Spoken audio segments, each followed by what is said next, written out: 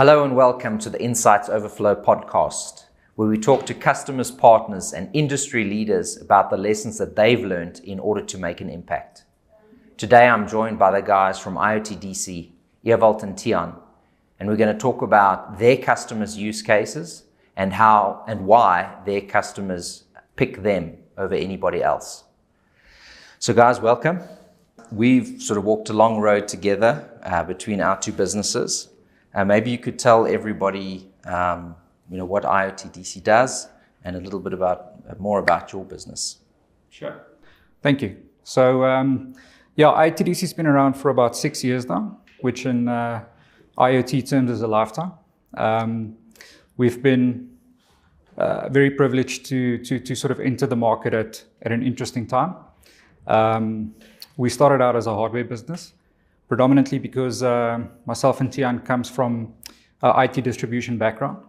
And we saw a gap in this space to say, well, why are these large corporates buying hardware through Alibaba?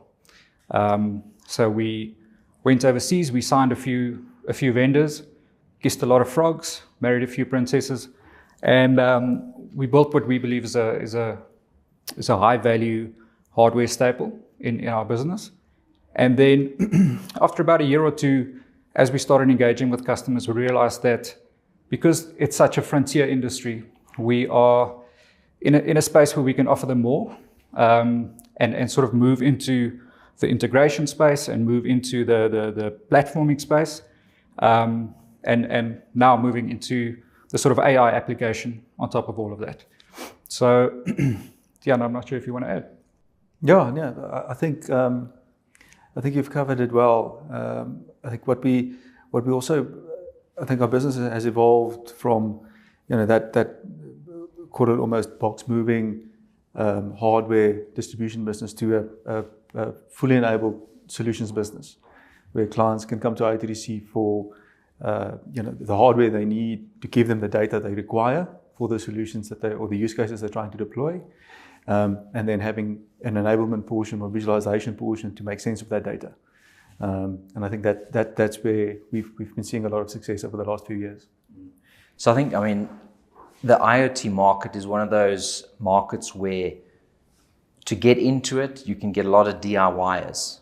But, when you want like a true enterprise grade solution, you need to go to the guys that have actually done it before and know what they're doing. So if you, for instance, look at your customers or the market, what sort of mistakes are potential customers making when they're getting into the IoT space?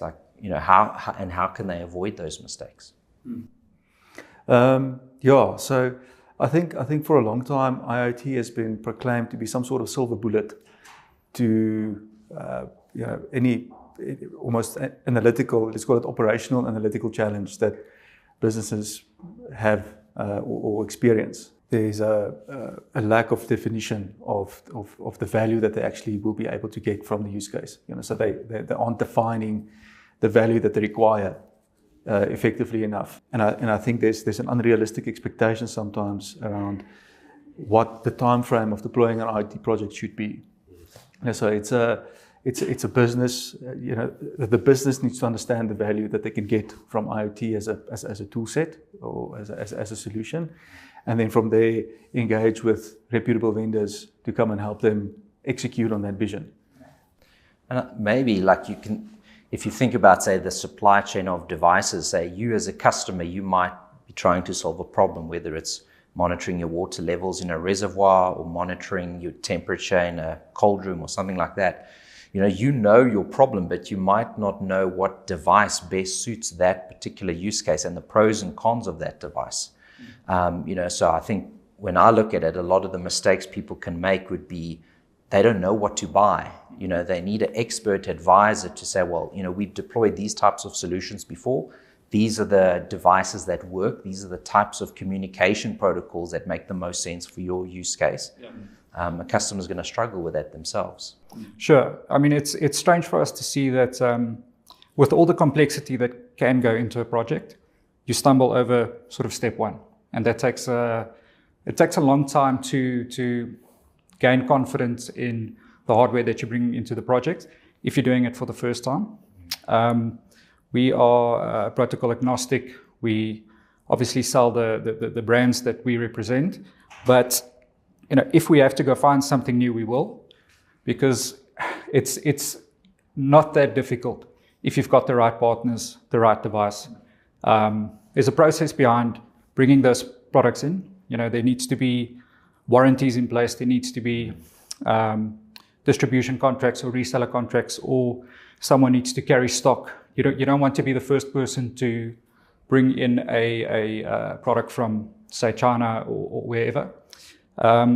So for us, we take a lot of pride in, firstly offering that product suite, but secondly having confidence in it and engaging with our vendors on these projects. And I can imagine, say, having local support as well on those devices is a huge game changer for customers, because if they trying to procure their own devices or even try and manufacture or like put together their little Arduino devices, I mean, who do they go to when things break? So I think having that local support is a huge value add for customers. Yeah, and I'd also say that what is also important is when you put down an IoT device, you kind of control the data or the way that you're receiving the data. But more often than not, this device is connected to some sort of legacy asset that's already in the field.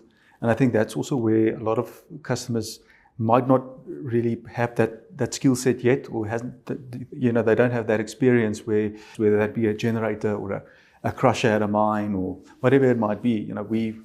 Our game is protocols. We understand the protocols that's involved in IoT, especially on the industrial side, and we can then help clients get data from those devices. Even if the hardware or the gateway they're using hasn't been bought from IOTDC, this is a service that we do offer. Okay. And it's still the Wild West out there. So you don't want, you need someone to shout at when it doesn't work. Yeah. And that person can't sit 11 hours on an airplane away. Sure. You need to be able to go to the offices, work out any problems you've got.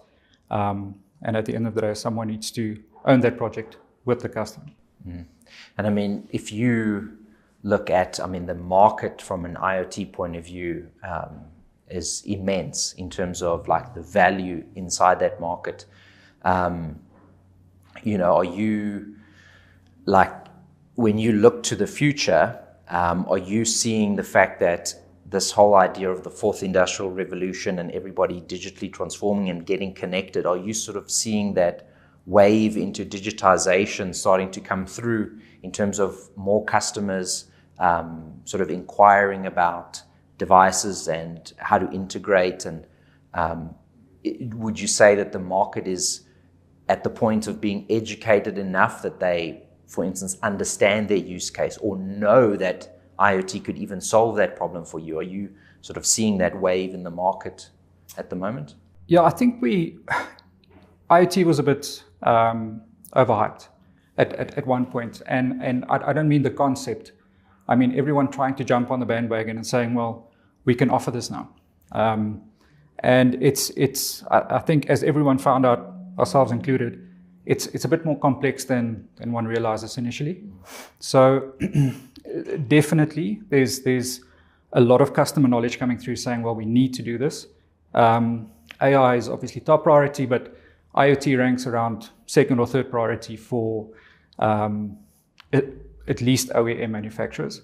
So I believe by 2026, more than half of OEM products that are produced will be connected. So it's becoming, it's not whether I want it or not. It's you have to have it.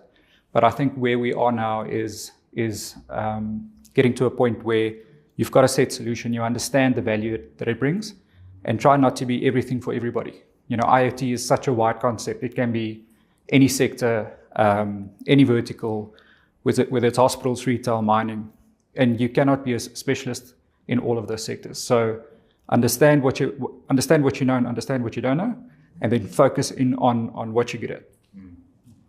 Yeah, I'll just add to that I think from a customer's perspective, digitization is a key priority for most enterprises. But I think in the past, IoT was kind of like we mentioned before, overhyped or proclaimed to be some sort of silver bullet. But essentially, IoT is only a component of digitization. It's a tool set. It's a way to enable digitization. But it's actually the ecosystem or the combination of multiple different technologies that's going to help you digitize your business effectively. And as we see, I think one of the trends we're also seeing is that there's a convergence between the IT and operational technology infrastructure within companies. So IT versus OT. But it's IoT is becoming a critical part for real-time visibility, real-time data from that is then supplemented or complemented by existing business data.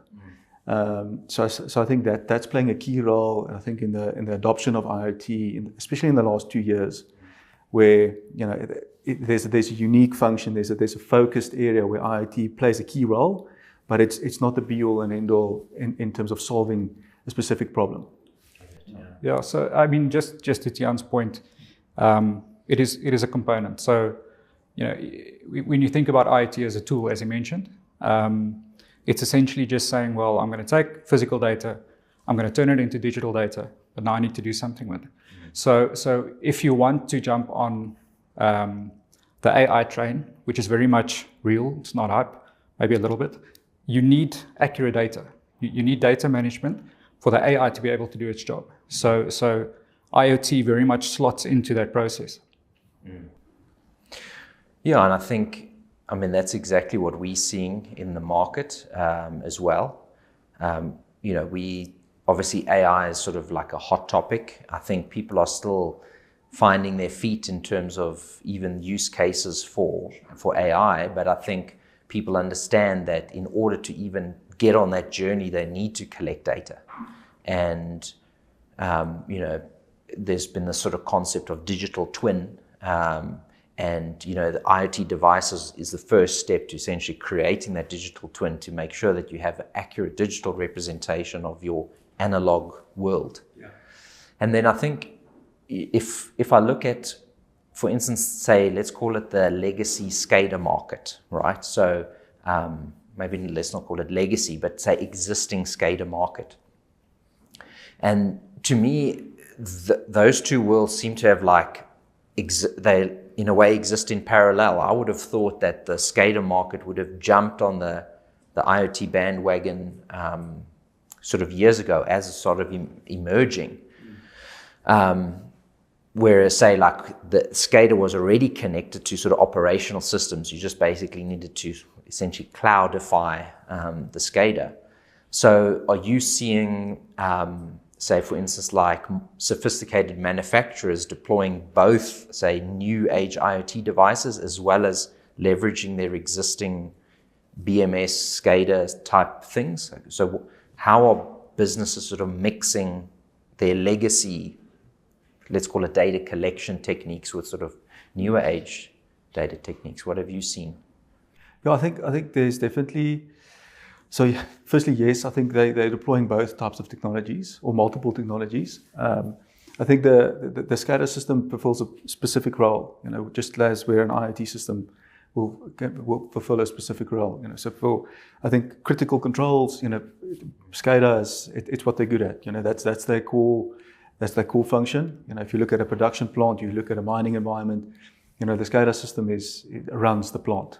I think where the IoT system can complement or supplement where the SCADA system doesn't have visibility of. So I think specifically in terms of predictive maintenance applications where the SCADA system is controlling, but it's not necessarily getting all of the analytical information of the parts involved in producing. So if you look at a bearing, or you look at a conveyor belt scale, you look at some an industrial asset like that, the IoT system or the additional sensor that you put on is actually and where you're overlaying the IoT data on top of the SCADA information. So you understand what's happening with your production, but you're also understanding what's happening in terms of potential downtime because of the real-time data you're getting from your IoT sensor.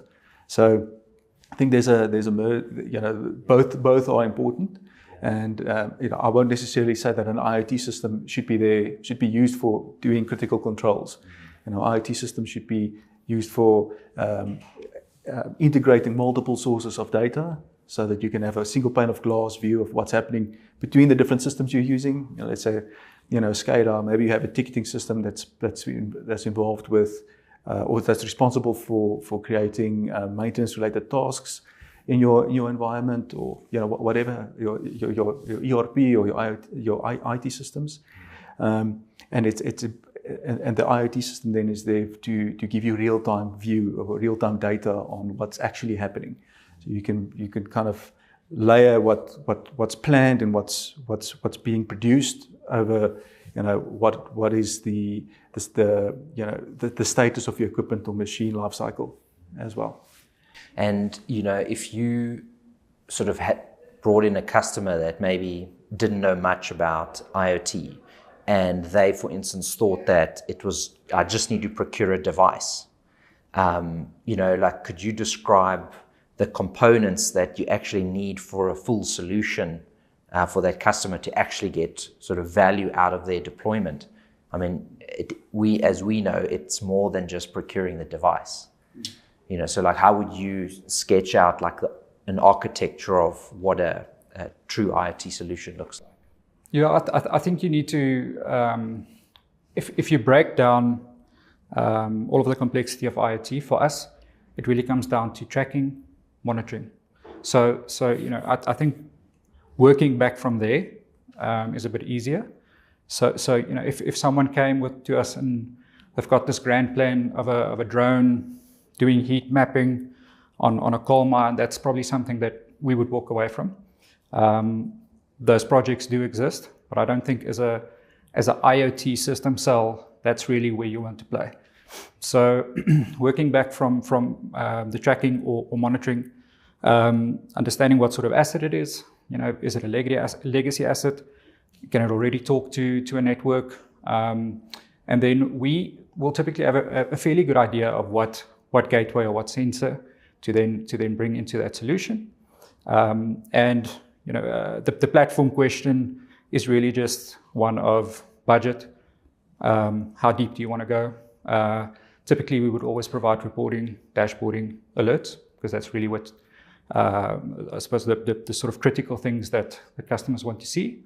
And then from there, it's understanding how that deployment would work. So we try not to overcomplicate it, but as we know, it can become quite complex, especially on the telco and the mining side, where you've got this sort of critical infrastructure that needs to be protected or needs to be monitored, and that will be a deeper process and a longer discussion, certainly. Yeah, I'll just add I'll just add one thing there, but I think what is the components Ewald mentioned is like the core components of how or what customers need to think about when they're implementing an IoT solution. But also something that's very important is change management within their own businesses, where they have a current legacy process, or they have a way where this is how things work at the moment. So the current state, and we're implementing technology here to improve our current state. But there's not a lot of change management that goes into getting the business to conform to the future state that's envisioned. And I think that's where also some of that, because even though you could put the best technology to solve a specific problem, but if you have a broken business process or you have an inadequate business process, the technology can only do so much, can only go so far. So I think identifying in conjunction with implementing an IoT solution, one also needs to look at the underlying business process and fill any gaps along with the technology that you're putting in, to then ensure at the end of the day, your future state that you want, the change, the value, the saving that you want to achieve is realistic and can actually be achieved. No, 100%. I think when anybody's deploying technology, I mean, that's the thing that they miss. So if you look at sort of the history of your business and the types of solution that you've deployed, like what are some of your proudest moments in terms of the solutions that you've done or things that you achieved? Like, how would you sort of describe those key moments and those key solutions that you've done for customers? Yeah, look, I'd say so. We've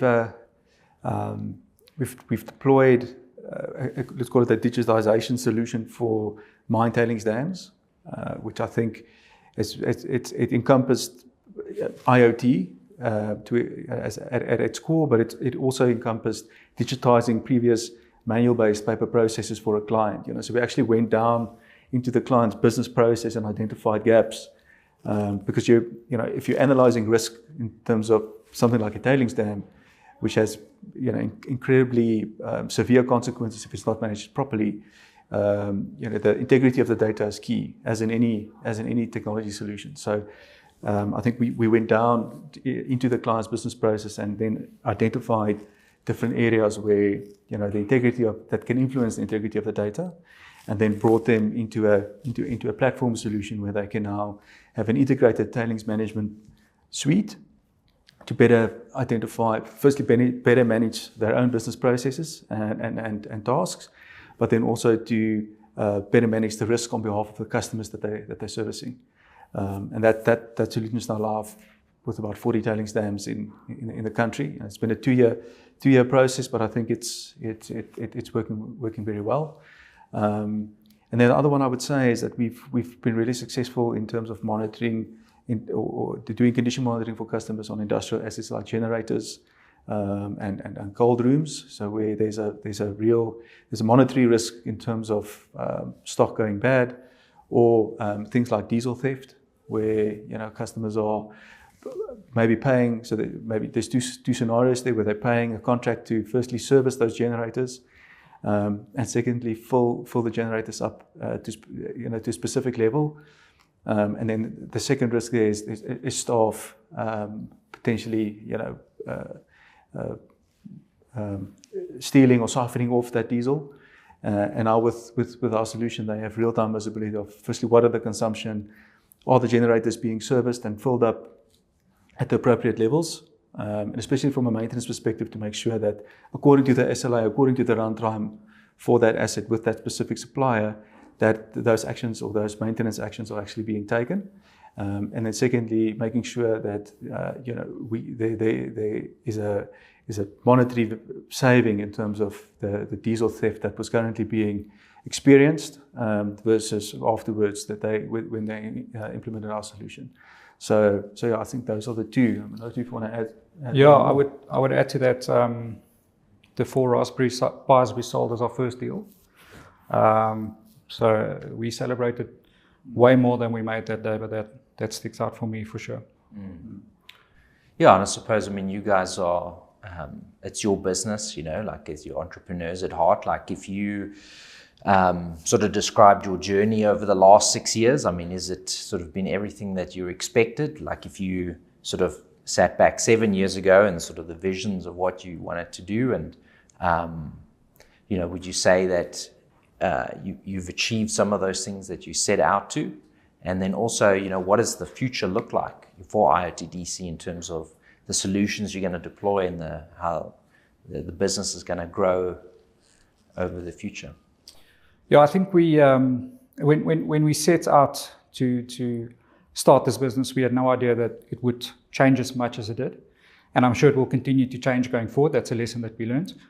When we did start in 2019, we were forced to navigate things like COVID, component shortages, couple of sort of economic blunders on the macro scale, and when you learn to adapt to those things, the journey becomes a little less scary.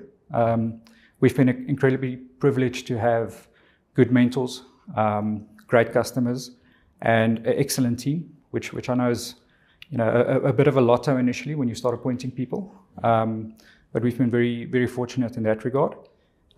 So in terms of where we're going, I think first and foremost want to be a high quality, trusted South African IoT specialist, and then we will follow our customers into Africa as we've already done. We believe Africa is, in time it will be the last massive growth pocket, sort of post the China-India period, which isn't necessarily now, but we would very much like to be part of that journey. And then, we'll always have feelers out for, we've worked with people in Italy, we've worked with people in Texas, even though that isn't our core focus. So yeah, just looking to be a good quality, multi-compounding South African growth story. Yeah. No, just from a personal perspective, it's definitely the hardest and at the same time the most worthwhile thing I think we've ever done. And I'm also, just to echo what you were saying, I'm really excited about the future of I think the industry and the role that IOTDC can play within that industry. I think the focus on AI is great, and there's a massive opportunity with utilizing AI. But AI needs the right quality of data to be effective. And I think we're playing a massive role, firstly, in getting customers to a point where they can trust what they're seeing. They know that this is their data. And then secondly, I think we will have a large role to play in the AI space with all of our customers. Yeah. It's a very exciting time to be in this space. Yeah. No, amazing. So thanks, guys, for coming through. I really enjoyed the chat. And you've been watching the Insights Overflow podcast with the guys from IOTDC. Thank you very much.